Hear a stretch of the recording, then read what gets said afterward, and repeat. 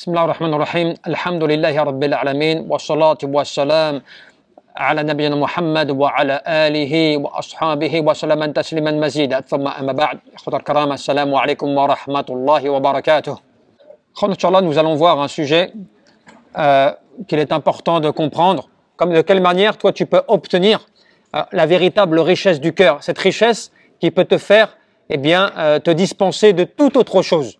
Lorsque toi tu atteins cette richesse du cœur, comment est-ce que tu fais pour qu'à un moment tu te sentes apaisé, tu te sentes, tu vois, dans le confort spirituel, dans ton cœur?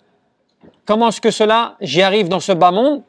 Comment est-ce que je peux mettre cela en application pour me détacher à un moment du matérialisme, tu vois, du monde matériel mondain qui me tire vers le bas là, à chaque fois? Parce que le monde mondain, tu vois, ce bas monde, il te tire vers le bas. Ce bas monde, il est là pour te tirer vers le bas. Et donc, on te dit parmi de kalimat comme cela, et parmi les paroles sages, il dit la yasterni al-qalbu illa bi'ibadati Allah subhanahu wa ta'ala. Fa inna al-insan khuliqa muhtajan ila jalbi ma yanfa'uhu wa daf'i ma yadurruhu wa nafsuhu muridatun da'ima.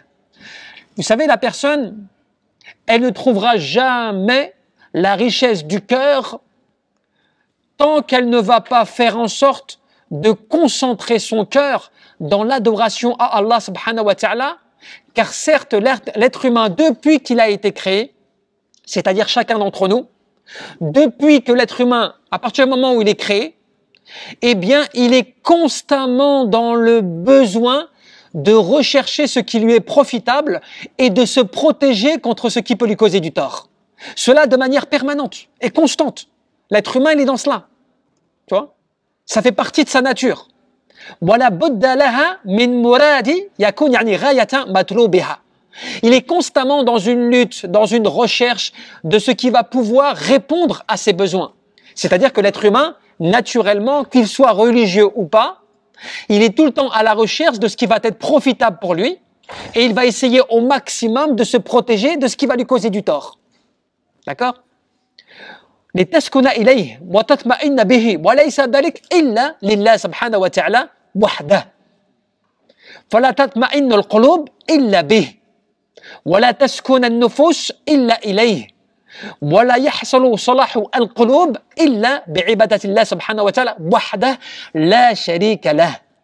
Mais la personne, l'être humain, il ne pourra jamais arriver à une satisfaction, à un apaisement, à un bien-être dans son cœur, tant qu'il ne va pas concentrer sa personne et son être vers Allah, vers le fait de se consacrer à l'adoration d'Allah, vers le fait de mettre l'adoration au centre de toute chose, d'être concentré uniquement à l'adoration d'Allah subhanahu wa ta'ala. C'est-à-dire que dès que ton cœur tu le laisses voguer, tu sais, ton cœur tu le laisses voguer, vas-y, va où tu veux, fais ce que tu veux, tu verras que tu vas commencer à te perdre. Tu ne vas plus retrouver les bonnes voies qu'il faut. Tu vas t'égarer sur la route. C'est comme si tu prenais l'autoroute, imaginons, tu allais vers une direction. Et finalement, quand tu ne te concentres plus à la destination où là tu veux aller, qu'est-ce qui va se passer? Eh bien, tu vas emprunter des voies qui seront les mauvaises. Tu vas sortir de l'autoroute, tu sais pas pourquoi. Tu vas manquer la sortie même, tu sais pas pourquoi, parce que tu n'es pas concentré en réalité dans le fond, tu n'es pas concentré à l'objectif, à ta destination, tu vois? Et c'est comme cela qu'on te dit que la personne, si elle recherche l'apaisement, si elle recherche le bien-être, si elle veut que son cœur s'apaise, si elle veut vivre dans la tranquillité spirituelle, elle est obligée, cette personne, de se diriger vers Allah. Si tu ne diriges pas ta personne et ton être complètement vers Allah, ton être va se diriger vers autre chose. C'est comme cela. Si tu ne vas pas étudier ce qui va être profitable pour toi, pour ta religion, et que tu ne regardes pas ce qui va te causer du tort, qu'est-ce qui va se passer? Tu vas être confronté à des choses qui vont te détruire, qui vont t'éloigner d'Allah subhanahu wa ta'ala.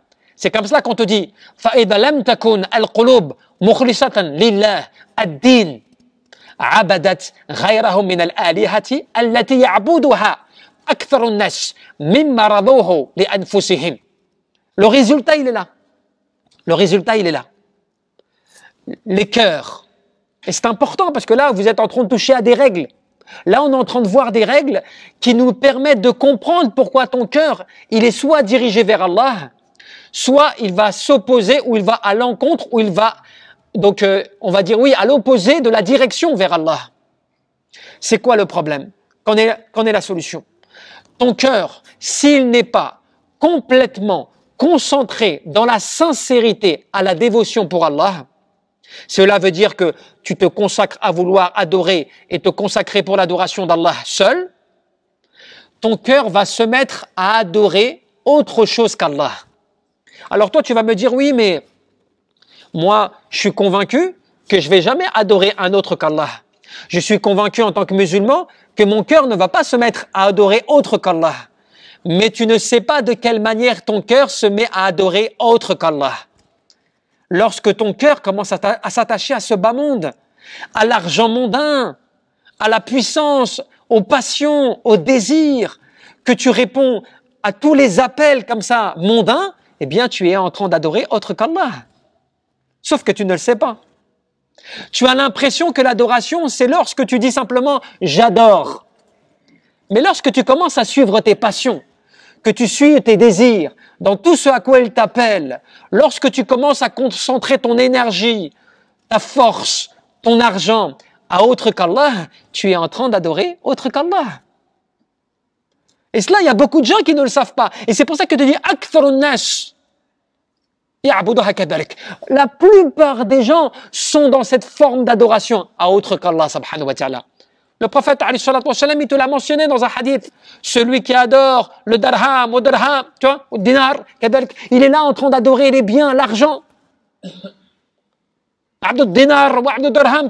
Tu es là en train d'adorer l'argent ou autre. C'est quoi l'argent? C'est pas l'argent, la monnaie uniquement. C'est l'argent qui est lié au matériel, aux affaires mondaines qui viennent posséder ton cœur, qui viennent prendre le dessus sur ton cœur et sur ta raison, au point que l'adoration d'Allah devient secondaire. La dévotion sincère pour plaire à Allah devient secondaire dans ta vie. Ce n'est plus ta priorité, tu vois. Là, tu es en train d'adorer d'une forme différente, autre qu'Allah subhanahu wa ta'ala, et tu ne le sais pas. Et c'est comme cela qu'on te dit quoi? On te dit par rapport à cela, et c'est le plus important. فَالْعِبَادَةِ لَهُ تَسْتَغْنِي عَنْ مَعْبُودِ آخَرِ وَالْإِسْتِعَانَةِ بِهِ تَسْتَغْنِي عَنْ إِسْتِعَانَةِ بِالْخَلْقِ. Il faut que tu comprennes qu'à un moment, lorsque toi, tu n'es plus dans l'adoration d'Allah complète, qu'est-ce qui se passe? Ben, tu te mets à adorer autre qu'Allah, mais en plus, tu commences à te plaire, à vouloir rechercher le plaisir et le bien-être dans les affaires mondaines. Et en plus, tu commences à rechercher le secours et l'aide plus vers Allah, vers les gens et les créatures. Cela veut dire que tu es en train de chercher le secours et l'aide vers autre qu'Allah. Donc cela veut dire que tu comptes plus sur les gens que tu comptes sur Allah. Tu attends plus des gens que tu attends d'Allah. Eh bien là, tu vois que ton adoration, elle commence à dévier de l'adoration pure.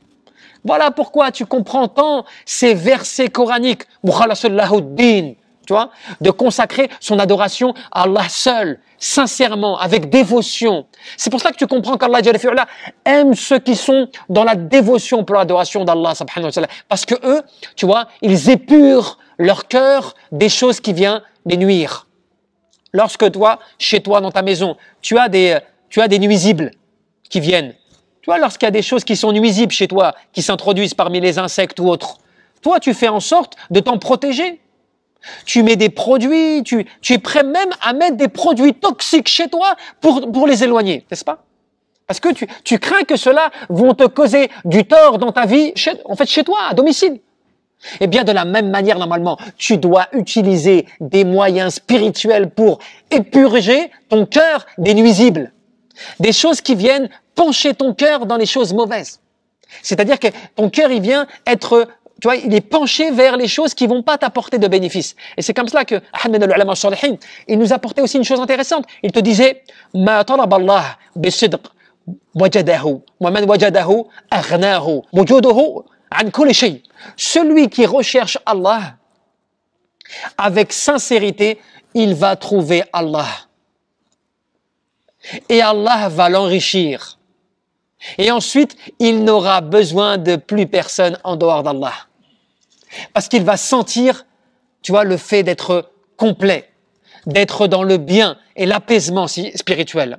فأصبح حرا يعني في غنى ومهادة على وجهه أنواره. Il va être dans la plus grande des richesses, qui est la richesse spirituelle. Il va être dans la lumière d'Allah Azza wa Jal. Il va sentir le fait d'être dans la proximité avec Allah subhanahu wa ta'ala. Parce que son cœur, il le traite, il le soigne, il l'épure des choses mauvaises et des nuisibles qui viennent perturber son adoration d'Allah subhanahu wa ta'ala. Il chemine dans la lumière, tu vois, là où Allah subhanahu wa ta'ala, tu vois, l'illumine pour qu'il trouve la voie qui le mène vers Allah subhanahu wa ta'ala.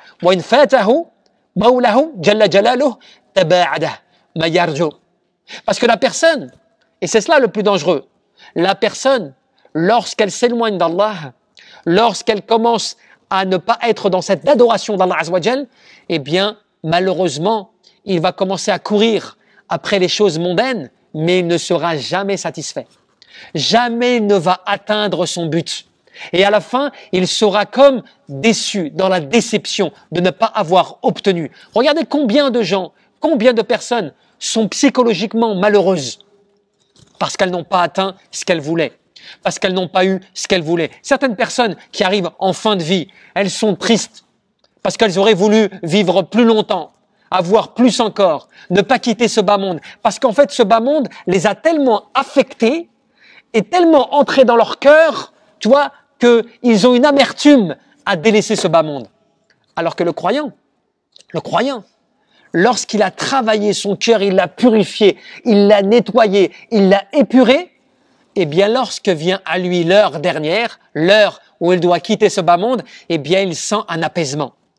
Il sent déjà une forme de repos parce qu'il sait qu'il va retourner vers son Seigneur. Et quand son Seigneur, Inch'Allah, va normalement le récompenser parce qu'il garde l'espoir, tu vois. Il vit dans Raja, le fait d'espérer rencontrer Allah subhanahu wa ta'ala avec une bonne intention, une bonne opinion à l'égard d'Allah subhanahu wa ta'ala. Tout le bonheur, il est là. En fait, le bonheur, pour conclure, le bonheur du croyant, tu pourras faire ce que tu veux dans ce bas monde.